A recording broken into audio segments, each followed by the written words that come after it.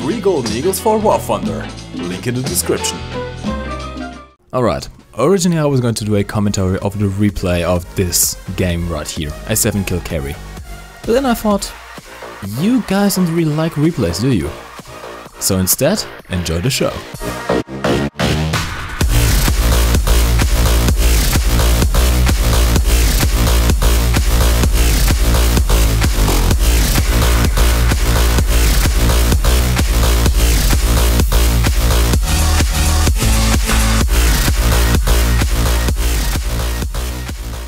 Hello you sexy beasts, and welcome back to Hold on a second, what the fuck is going on with my menu?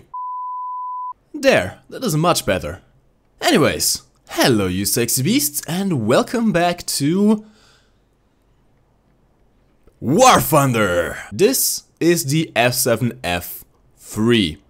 Now for those of you who have been living under a rock over the past couple of weeks, this is an event vehicle. You can get this thing for free by completing the Operation Summer tasks.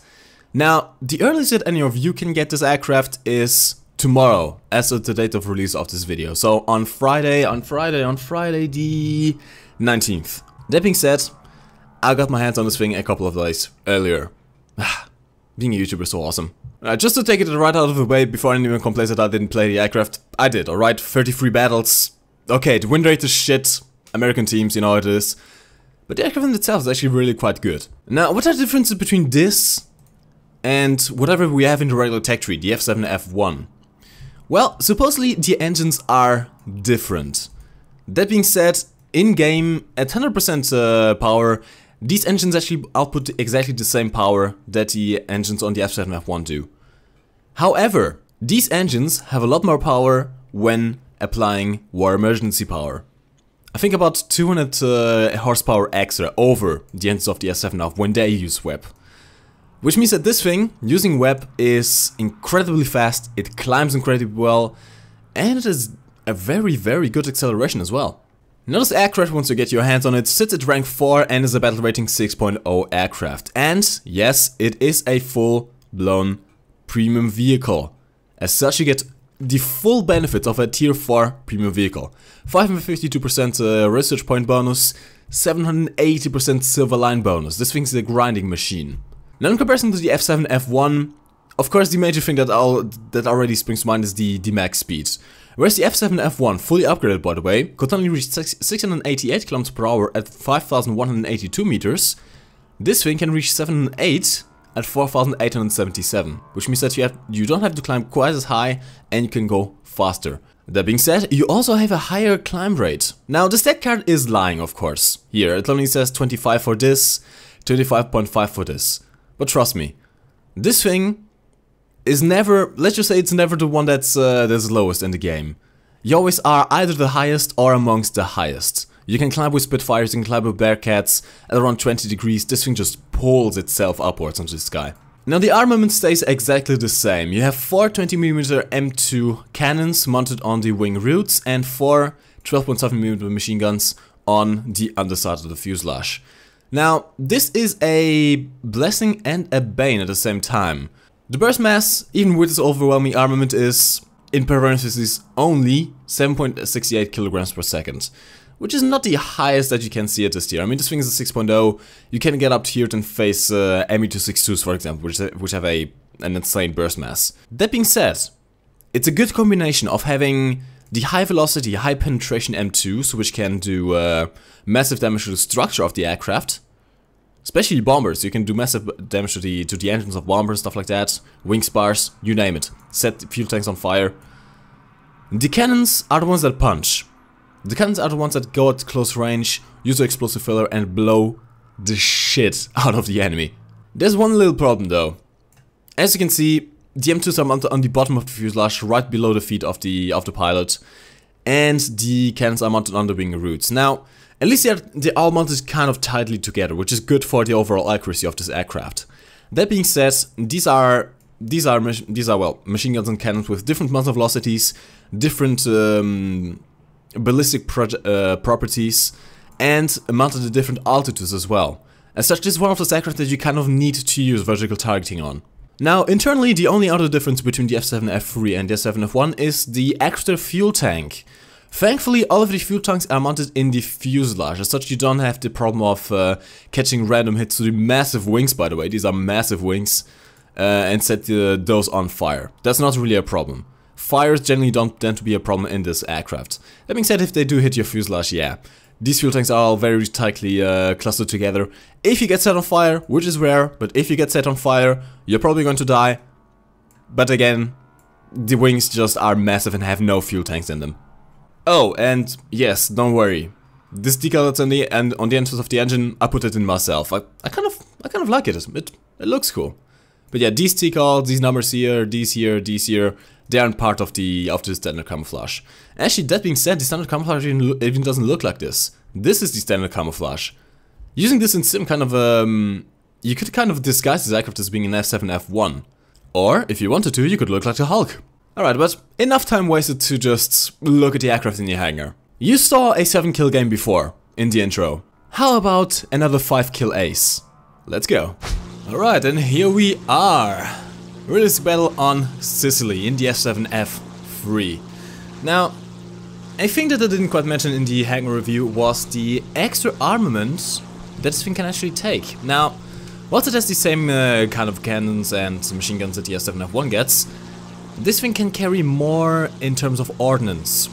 Yes, as you probably saw from the dev box when this thing first was announced, this thing can carry up to 3 Tiny Tim rockets, which makes this one of the deadliest aircraft in ground forces combined battles. Now, sadly, you cannot fire them one by one. The 3 Tiny Tim rockets, 2 of them fire at the same time when you first pull the trigger, and the last one, well, fires when you pull the trigger again. That being said, they're still very effective at taking out tanks in, well, very unexpectedly, very quickly. They are very good for that. But we are here to review the performance of this thing in air. And I gotta say, this thing it's amazing. It honestly is amazing. Now, whilst my KD might not be the best around, I had a hard time learning it to actually fly this aircraft. Especially the guns. I don't really get used to the guns, but the aircraft itself is just... It's astonishing how well this thing can actually perform. Straight off the runway, it has an insane acceleration. I mean, you get into the air in no time whatsoever. Once you're into the air, just put this thing into a 20-degree climb and you're gone. You are gone. Those two engines are just massive and powerful, and I really don't know how to otherwise explain this. This thing's just powerful. It just feels powerful. It just feels very fast, and it is. Now, it is classified as a heavy fighter / strive fighter, so you don't get an air spawn, which you don't really need to be honest. If this thing got an air spawn, it would be a little bit overpowered. That being said, it is also a naval aircraft. It means that you can land this thing on carriers, for example. It does get an arrestor hook, which is very useful in maps, for example, like not Normandy, like Norway, which was the map that we played the game on that I showed you at the start of the video. I actually used the carrier there, and it was very good. Like, carrier landings are just, if you nail them down, they're one of the fastest way to get your aircraft back up in the air. Now, what about the speed of this thing? The max speed indicated is 710 km per hour at 5 km altitude, and that seems to be about right. Now, I am using indicated airspeed. If you don't know, indicated airspeed is a bit different from the true airspeed, since it's kind of dependent on the pressure of the air around you, and as such, at higher speeds, at higher altitudes, your indicated airspeed is actually lower than your true airspeed. As such, we can't really determine how fast this thing really goes. That being said, it is very, very fast. The Focke-Wulfs, Spitfires, the other American aircraft, this thing cannot run them. This thing cannot run pretty much anything that isn't, well, higher than it. Here's the thing. Since this aircraft sits at 6.0, it can either club everything when it gets down-tiered. Like, honestly, when this thing gets into a 5.0 match, oh, you're going to have a lot of fun. This thing clubs fucking everything. However, you can also get up to 7.0, which is starter jet territory. Now, jets aren't really that much of a problem. Here's the thing. This thing is very fast in the dive. This thing accelerates very fast in the dive. It can reach a very high speed, up to 850 km per hour. I wouldn't suggest going past 850 km per hour. You kind of redline already at 820, 830. 850 is the absolute maximum. That's when you rip your wings. And you get there very quickly. Like, honestly, yeah, this thing, I might have died a couple of times just ripping my wings because I wasn't looking at my speed whilst I was going down. Even without using your engines, just the sleekness of the aircraft and the energy retention overall just helps this thing be really, really quick in acceleration in a dive. Which is also one of the good ways to evade enemies. Now, 850 km/h isn't the fastest around. For example, the new P-47N that was recently released, that thing can go upwards of 900 km/h. That being said, it is enough to catch jets. If you find yourself in a jet match, if you find yourself in a 7.0 match, all you really have to do is to climb and dive on enemy jets. The only jet that's really going to give you problems is the Me-262, since that thing in a dive, if it's at the same level as you, it cannot dive you. That thing can go over 1000 km/h. No problem. Against jets like the HE-162, the Dmacc even, the Attacker, the Meteor, hell, even the Ho-229, you don't really have that much of a problem. As long as you stay high, as long as you have the altitude advantage, you can simply dive on them. Now the Horten is a bit of a different issue though. This actually goes back to when the F7F was first released. When the F7F-1 was first released, it was considered one of the most overpowered aircraft in air-realistic mode. And it was. It was fast, it climbed well, it performed extremely well at altitude, and it had a great armament, all narrowed down into the fuselage. However, nobody really seemed to play the F7F-1 anymore nowadays. And one of the reasons that might be is the Horten 229. Since this thing can face the Horten 229s, American pilots have had a problem dealing with them, simply because the Horten 229 is both faster than you and can turn better than you. As such, you have to kind of have discipline and patience and know how to fly your aircraft. Now, the F7F has an extremely great energy retention in horizontal and shallow climbs. Not so much in turns, don't turn far too much with this thing. But when you go out of a dive, you hold your speed for a long time. And also in the climbs, when you go out of a dive and go back into a climb, you hold your energy extremely well, which is something that you can use against a Horten. And if you are at higher speeds, if you are above 600 km/h, you turn better than the Horten. Here's the thing, the Horten rips its wings above 550 km/h. But we're not really facing Hortens here, we are facing 4x90s D9s, and here's the thing. The F7F, despite being a heavy fighter, it is actually extremely, well, I shouldn't say extremely, here's the thing, I can already foresee people will listen to this video and think, oh my god, the F7F is a turn fighter, let's turn fight everything. No. The F7F is not a turn fighter. It can turn very well, given proper use of flaps. The problem is, you lose your energy extremely quickly. As such, yes, you can do short turn fights using your flaps, combat flaps depending on the speed, the takeoff and the landing flaps as well, but you shouldn't sustain turn fights. If you sustain a turn fight too long, you're going to lose all your energy and you are going to get killed eventually.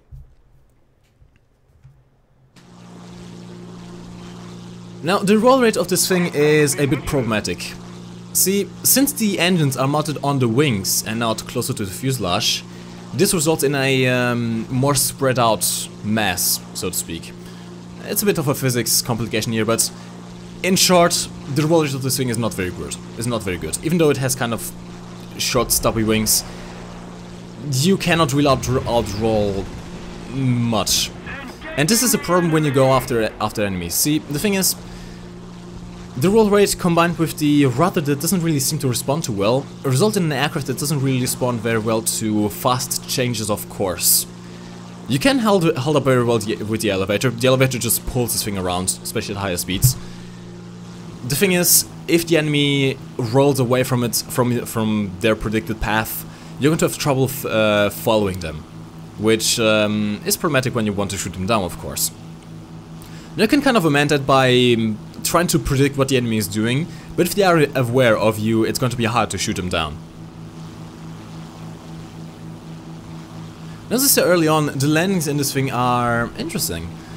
Since the engines are rather large, you can actually land this thing on, well, on the fuselage. You don't need landing gear, and it's exactly the best way to land this aircraft. This, in combination with this being a naval aircraft and having an arrestor hook, means that this is one of the best aircraft to land, to quickly land and rearm and get back up in the air again. Now, of course, in carriers I would still suggest getting down with gears. The arrestor hook is going to do the work for you. But in any airfield, as long as you're straight, you don't need gears.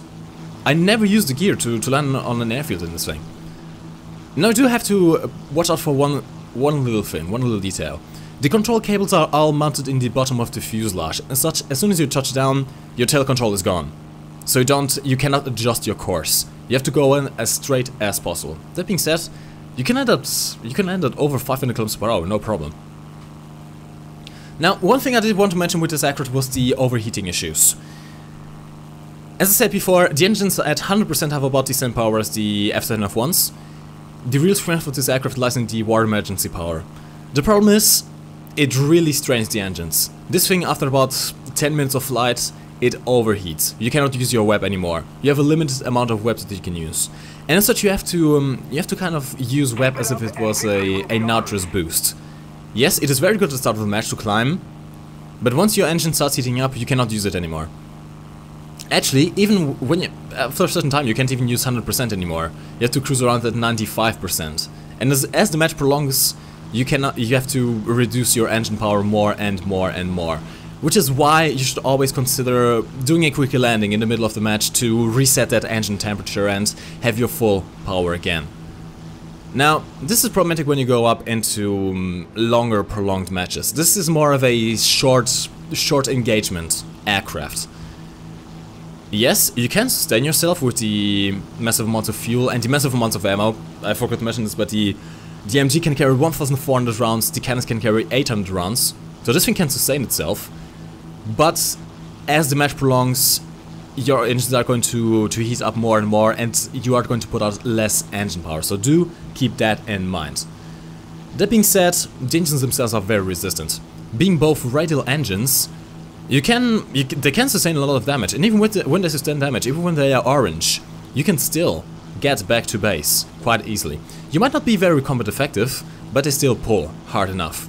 And even when one of your engines gets shot down, you can still make it back to base. Now, not at any kind of speed. I think 340 km/h is the maximum on one engine, but it's still enough to go back to base, and that has saved me countless times having one of my engines shot out and being able to still go back to base, rearm, repair, and be back in the battle. Now, there's one thing you have to watch out for though.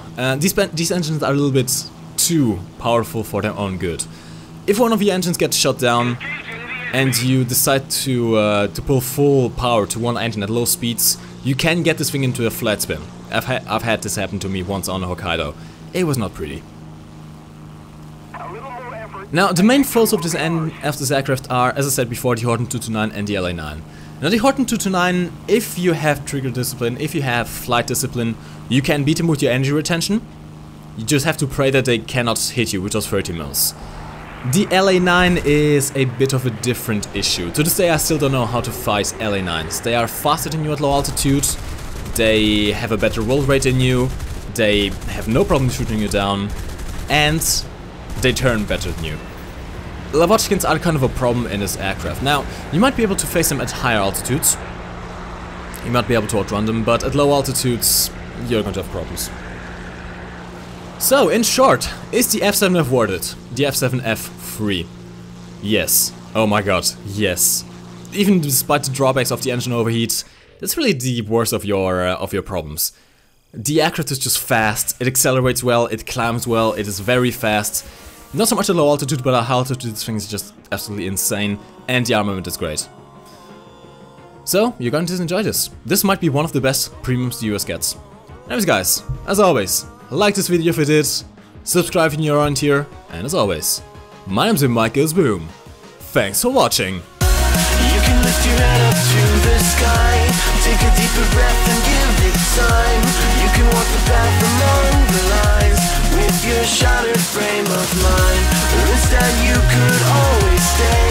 We can wait right here and play until somehow you can find a slight